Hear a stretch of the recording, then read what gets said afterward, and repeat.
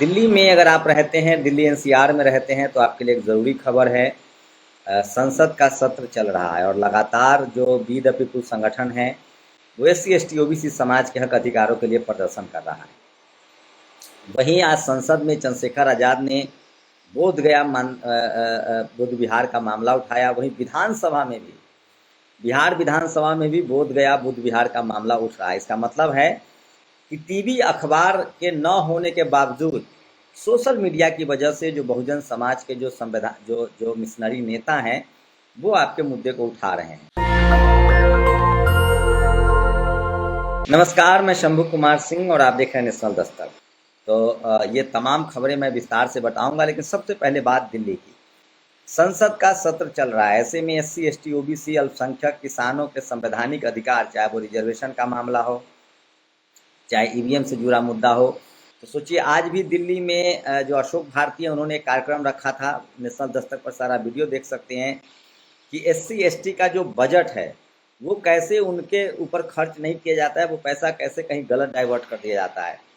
तो ये सब आपको कोई टीवी अखबार नहीं बताएगा। तो जो लोग भी इस तरह के कार्यक्रम को करते हैं उनको बिल्कुल आप उनके साथ जुड़िए। तो बहुसंख्यकों को न्याय एवं वाजिब हिस्सेदारी, जातिगत जनगणना पहली जो बड़ी मांग है, जातिगत जनगणना है। तो एक तरफ देश का संसद चल रहा है, दूसरे तरफ 2 बजे से जो कॉन्स्टिट्यूशन क्लब है, जो सेंट्रल सेक्रेटरिएट है, जो नया संसद भवन उसके बगल में कॉन्स्टिट्यूशन क्लब है, 2 बजे से देश के तमाम शोषित वंचित समाज के जागरूक लोग, चाहे वो एमपी हो एमएलए हो, इस कार्यक्रम में शरीक होंगे। आप भी कॉन्स्टिट्यूशन क्लब में आ सकते हैं।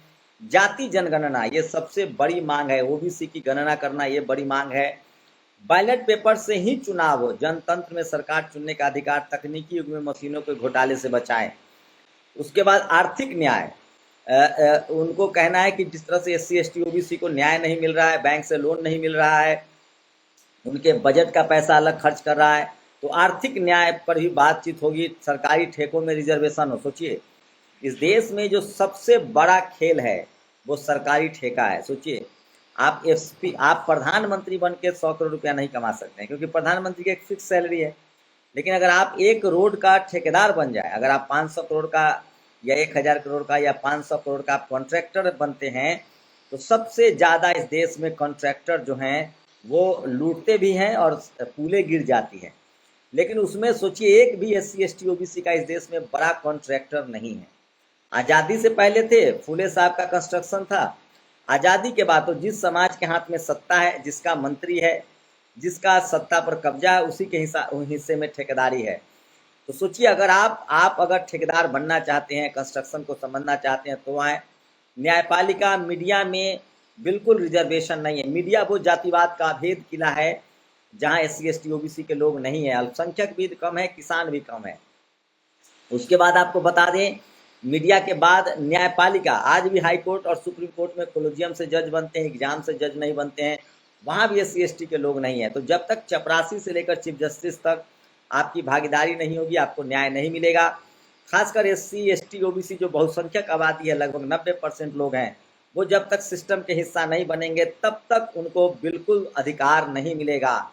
और इसलिए आपको बोलना पड़ेगा, तब सरकार तक आवाज़ जाएगी। संविधान है, डेमोक्रेटिक तरीके से आपको बोलना पड़ेगा। सामाजिक न्याय, एससी एसटी ओबीसी के आरक्षण को जो चोरी करते हैं, वैकेंसी में बेईमानी करते हैं, उनके खिलाफ भी है। भाईचारा और राष्ट्र निर्माण, दिल्ली की नौकरियों में डोमिसाइल नीति, मानदंड, भाईचारा और राष्ट्र निर्माण। कौन लोग हैं जो देश का पैसा लूट के विदेश भाग रहे हैं? कौन लोग हैं जो इस देश के शोषित वंचित समाज को बढ़ने नहीं दे रहे हैं? तो देश कैसे आगे तरक्की करेगा? नेशन बिल्डिंग कैटेगरी, वो लोग जो सड़कें बनाते हैं, रोड बनाते हैं, फैक्ट्रियों में काम करते हैं, उनको क्यों सुविधाएं नहीं मिलती है? उस शिक्षा और अस्पताल, शिक्षा, स्वास्थ्य और स्कॉलरशिप पर कितना बजट है? तो ये तमाम बड़े मुद्दे हैं जिस पर कोई टीवी अखबार डिबेट नहीं करेगा, क्योंकि एससी एसटी ओबीसी के फायदे की बात है, इस पर कोई बात नहीं करेगा। इसलिए बड़ा कार्यक्रम का आयोजन किया जाता है। और वी द पीपुल और इस तरह के जो तमाम संगठन है, स्पीकर हॉल में है, कॉन्स्टिट्यूशन हॉल में है, आप लोग जरूर आइए और इस कार्यक्रम में हिस्सेदार बनिए। लोग इसमें स्नैक्स भी है और आप डिनर भी कर सकते हैं। तो ये बड़ा कार्यक्रम है। मैं फिर कह रहा हूँ, जो समाज, ये बाबा साहब का संविधान है, डेमोक्रेटिक तरीके से आप अपनी आवाज़ को उठाइए। अगर इस बात को, आप इस हक अधिकार की बात को नहीं उठाएंगे तो बहुत देर हो चुका होगा। ये लगातार जो इस संगठन के लोग हैं वो लगातार आंदोलन चलाते हैं, लगातार बातचीत करते हैं और इसका असर भी हो रहा है। तो संवैधानिक दायरे में, लोकतंत्र में, डेमोक्रेसी में आप जब तक अपनी बात को नहीं रखेंगे इस तरह से, आपका संवैधानिक अधिकार नहीं मिलने वाला है। तो अगर आप दिल्ली में हैं, कॉन्स्टिट्यूशन क्लब के आसपास हैं, तो कल संसद चलेगा एक तरफ, दूसरे तरफ बहुजन संसद चलेगा। तमाम जाने माने बहुजन समाज के SC ST OBC के सांसद आएंगे, मंत्री आएंगे। तो इस कार्यक्रम में आप शामिल हो सकते हैं। दोपहर 2 बजे से, याद कर लीजिए, दोपहर 2 बजे से, अगर आप दिल्ली NCR में रहते हैं, दोपहर 2 बजे से कॉन्स्टिट्यूशन क्लब जो नाम है, संसद, नए वाले संसद भवन के पास है। मेट्रो स्टेशन की बात करें तो जो मेट्रो स्टेशन है वो सेंट्रल सेक्रेटेरिएट है या पटेल चौक मेट्रो स्टेशन सबसे नज़दीक पड़ेगा। तो जंतर मंतर के पास भी है ये। तो ये बड़ा कार्यक्रम होने वाला है, आप इसमें शामिल हो सकते हैं। वही दूसरी सबसे बड़ी खबर है, चंद्रशेखर आज़ाद ने आज संसद में बौद्ध विहार का मुद्दा उठाया है। बोध गया बौद्ध विहार का बड़ा मुद्दा उठाया है। सोचिए, राजेंद्र प्रसाद सिंह का मैं एक वीडियो देख रहा था, नेशनल दस्तक पर आप देख सकते हैं। उन्होंने कहा कि जब बौद्ध विहार में हीरे का सिंहासन था जो भगवान बुद्ध बैठे थे, सम्राट अशोक ने इस मंदिर को बुद्ध विहार को बनवाया था। और वहाँ सोचिए, विलास खरात ने कहा है कि जब से बुद्ध विहार का आंदोलन चल रहा है कि वहाँ से गैर बुद्धिस्टों को हटाया जाए, तब से मस्जिदों में मंदिर ढूंढने का जो आंदोलन है वो बंद हो गया है। तो सोचिए, इस देश में जब लोग इस तरह के असंवैधानिक बात करते हैं कि मुसलमानों के लिए अलग हॉस्पिटल बना दिया जाए, होली में मुसलमान बुर्का पहन के निकले, घर से न निकले, उनको डराया धमकाया जा रहा है, ऐसे स्थिति में बुद्ध विहार का आंदोलन बढ़ता जा रहा है। और बिहार विधानसभा में सतीश कुमार, उसके बाद अजित कुशवाहा और उसके बाद आज फिर एक विधायक ने इसका मुद्दा उठाया है। तो देश भर में जो बुद्ध विहार का मुद्दा है, ये जो देखिए, भारत का संविधान कहता है कि इस देश में सबको अपने धार्मिक अधिकार हैं। आप किसी भी धर्म को मानने वाले हो, किसी भी पंथ को मानने वाले हो, आपकी जो पूजा पद्धति है उस पर कोई रोक टोक नहीं कर सकता है। यहाँ तक कि भारत का संविधान पहले अब तक धार्मिक स्वतंत्रता देता था कि आप चाहें तो किसी धर्म में हो, दूसरे धर्म में जा सकते हैं। लेकिन धीरे धीरे अब कानून की पेचीदगियां बनाई जा रही है। तो मैं फिर कह रहा हूँ कि धर्म ऐसी चीज़ है जो आदमी जांच परख कर अपना बरतता है। जिस धर्म में आपको लगेगा कि मान सम्मान है, सहूलियत है, आदमी उस धर्म में जाता है। लेकिन सोचिए, कौन लोग हैं जो आदमी, संविधान ने मौका दिया था कि आप धर्म परिवर्तन कर सकते हैं। लेकिन सोचिए, ऐसे वक्त में जब धर्म को लेकर राजनीति हो रही है और मुसलमानों को लेकर के आप कुंभ नहीं जा सकते हैं, होली में घरों से मत निकलिए, लाउड स्पीकर नहीं बजाए जा सकते हैं, लगातार हिंदू मुस्लिम हो रहा है। वही बुद्ध विहार में लगातार जो बुद्धिस्ट है वो कह रहे हैं कि वहाँ से जो हिंदू सवर्ण पुजारी है उनको हटाया जाए, जो हिंदू पुजारी है उनको हटाया जाए। सवाल है कि जब वो बुद्ध विहार है, जब वो बुद्धिस्टों का है, तो फिर दूसरे धर्म के अनुयायी क्यों? क्या कोई गुरुद्वारा दूसरे धर्म के अनुयायी बैठ सकते हैं, पूजा पाठ करा सकते हैं, उनका पूजा हो सकता है? क्या राम मंदिर में किसी दूसरे धर्म के अनुयायी जा सकते हैं, वहाँ पूजा पाठ करा सकते हैं? जा सकते हैं, लेकिन पूजा पाठ कराने की बात है। इस बार तो कुंभ में दूसरे धर्म के लोगों को जाना भी मना कर दिया गया कि मुस्लिम नहीं आ सकते हैं, चर्च में नहीं जा, तो जा सकते हैं आप अनुयायी के तरफ, लेकिन वहाँ पूजा पाठ की जो पद्धति है, बुद्धिज्म में अलग पद्धति है। तो ये मुद्दा भी राष्ट्रीय बनता जा रहा है। इसलिए मैं कह रहा हूँ, सोशल मीडिया ही सच्चा मीडिया है, सोशल मीडिया ही बहुजन मीडिया है।